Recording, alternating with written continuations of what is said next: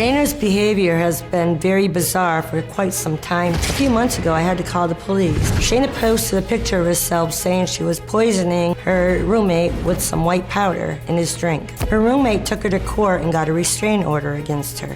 One time, Shayna bragged about a package she left for me. Shayna left me a cucumber with the words, "Go herself" on it. I thought that Shaina might have a mental illness. Dennis has taken total control of my daughter, and now she's one of his brainwashed followers. Christine claims that her daughter Shaina is delusional. She thinks she's a danger to her children. Shaina says her mother is just getting where she does not belong, is concerned where she should not be concerned, and thinks that she is a psychological toxic influence on her children and doesn't want her to be around them anymore.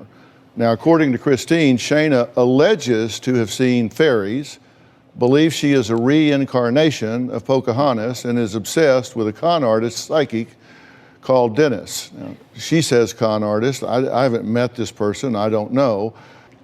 What is she talking about you seeing fairies? I did see something that night and I posted about it. This is a Monday morning at 2 in the morning, and I will not deny I had no contact lenses in my eyes. It was pitch dark. I was on my phone in bed. I went to put my phone down, go to sleep. I looked up, I saw all these specks everywhere, and I mean everywhere. One lady came forward who's a psychic medium out here in California. And she said, "Shaina, you saw fairies." And I said, okay, it did look like that. It was like little speckles everywhere, okay? Why am I crazy? Because I'm one of those people who's seen spirit, I didn't say you were crazy, and I think that's a spirit. derogatory term, and I don't like it being used. Then the Warren Police Department reports this, April 28th, same day, request that we Section 12 her daughter. This is like back in the days of Salem witch trials. If you said you see she fairies, is supposedly seeing fairies. I'm getting burned here, people. Wanted to know if the daughter was Section 12, told that Shaina and her children have been checked and are fine, and that Shaina was not making threatening statements. But really, they hadn't checked on me. Was told the above and kept speaking of her call to DCF and how Shaina does drugs. She was politely stopped after 15 minutes and told that I had to end the call. Okay. That was what's in the police report. Right. That was the night that Shaina had posted the white powder. No, this wasn't. This was, I posted about the fairies. Let's be real here. Let's be honest, bitch. Okay? Because I know the truth. You and do? You're lucky that I can't pull your hair out right now. Are you sure you know the truth, or is it just a bunch of garbage Dennis put in your head? Nobody put anything in my head. How dare you? How dare you? I could have lost my children. Here's this post that you're talking about. I know this is Shaina's Facebook, about. April 30th, 2017. Right. Meet my pal Karma. Someone blank, and unfortunately for her. And I'll tell you why I did that post. Don't interrupt me. I'm sorry. Oopsie, I thought that stuff would dissolve. I'm blank, gotta add more when they are drunker. Shh, don't blank me. I have had it. And then there's an image of a bottle with white powder. So you were mixing a laxative into their drinks, right? I came up with a stupid idea, and I'll admit it was a stupid idea. I said, let me just make a post trying to get the snake out of the grass, something she would react to. I really hadn't put anything in the drink, okay? Do you see anything in the drink? No, because you don't see the drink. And I didn't put anything in the drink. So I posted it thinking that she'd just tell my roommate, and my roommate would say, you know, what the heck, Shaina? And then I'd say, see, she was on my friends list, I knew it, or I have a spy. 30 minutes later, cops at my door, okay? My roommate came out, said, you know, he was fine, and the officers left. Did he take a restraining order out on you the next day? He had wanted me to get out of the home at that point. He used that to go get a restraining order, saying he was in fear of his life. And when I tried to explain why I made the post to the judge, she didn't find that funny. And I understand from her standpoint why she would not understand. It was stupid. Talk to him, ask him, hey, buddy, what happened in that first 30 minutes you were at her house where she says you did something to her? What did happen, though? In the time that you got there to the time you went to bed. Respectfully, I'm not going to get into the details of that here. I'm going to get off of here. That doesn't make me a liar because I don't want to run through my fucking sexual... Did you kick him out of your house after that happened?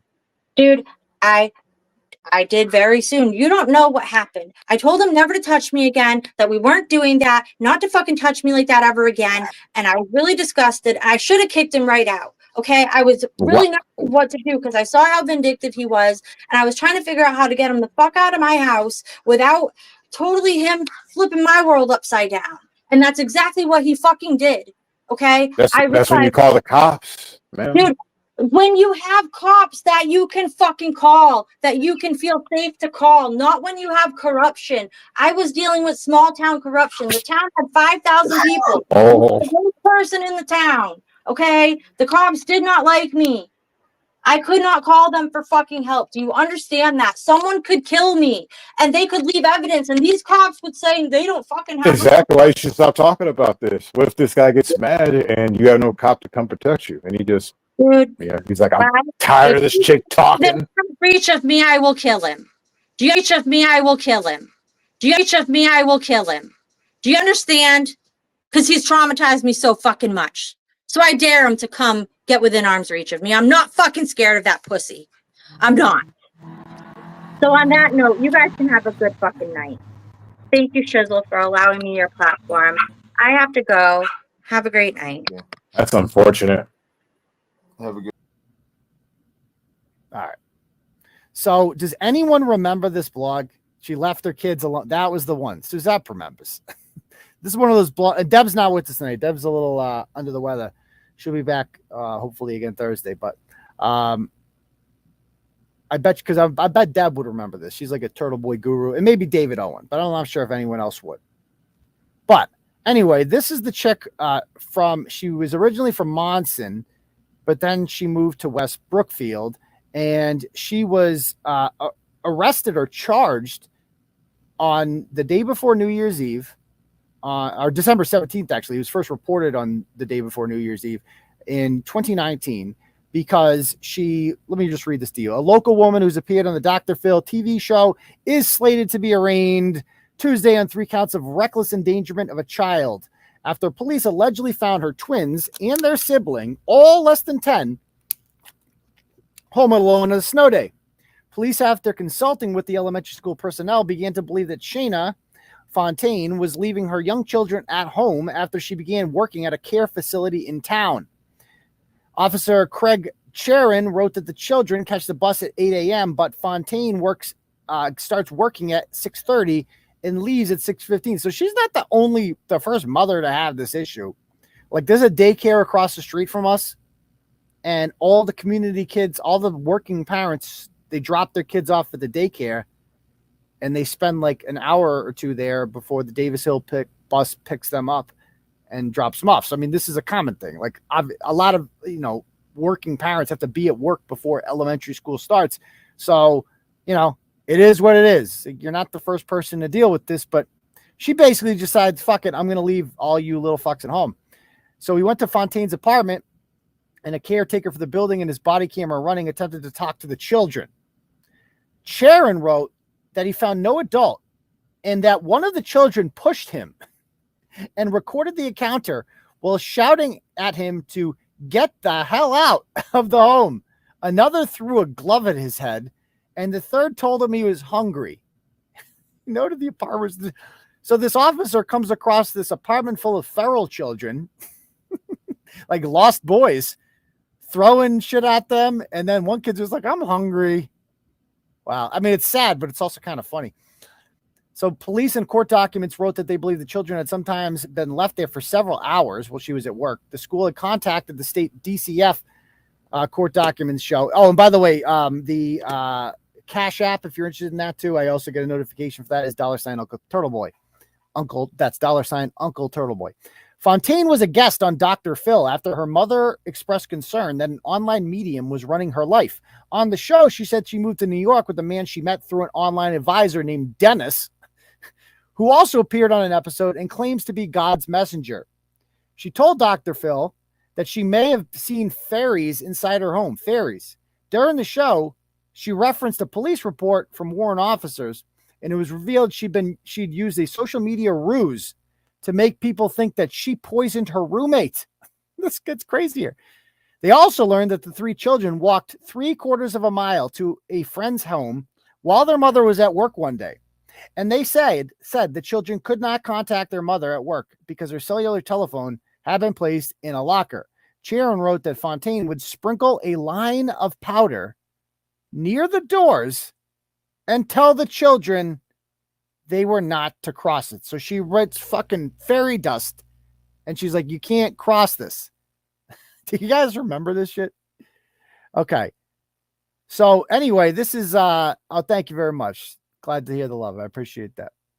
Anyway, so this is all going down. Do you guys remember the story? Let me play this. My mom has focused all of her intentions on sabotaging my life. My mom is jealous of me because I have what she never got to have, a family that's totally together. I am convinced that my mom wants my children to be taken away from me. My mom pretends that she has everyone's best interest at heart, but she's a liar. My mom has not always been there for me when I needed her the most. I am blessed because I found Dennis. Dennis is a spiritual psychic medium. He is God's messenger. Dennis is always right. Time and time again. Very special things being shown here tonight. Y'all witnessing that, right? This ain't the normal psychic medium you go to at the fair. Through spirit, God has confirmed with Dennis that yes, my mother is out to get me. Christine will be exposed on national television. That's what Spirit just said. My mother contacted Child Protective Services with a list of allegations. My children having head lice, unbathed and wearing the same underwear for days. I spoke to Child Protective Services and they believed me and not my mother. I recently met my boyfriend through Dennis. My kids and I relocated and moved in with him in New York. And Spirit told him to tell me, yes, take your children. Spirit says, leave. Leave. My mom previously believed that psychic ability was a bunch of bull, and because she spies on Dennis' social media, I asked Dennis to ask Spirit, does my mom believe yet? She has. She knows now this is not a joke. Her daughter's not crazy. Oh, not at all. Legitimate. No. Psychic. After I Legit. confront my mom and Dr. Phil, she will never see It's my echoing? kids again. Well, Shayna, thanks for being here.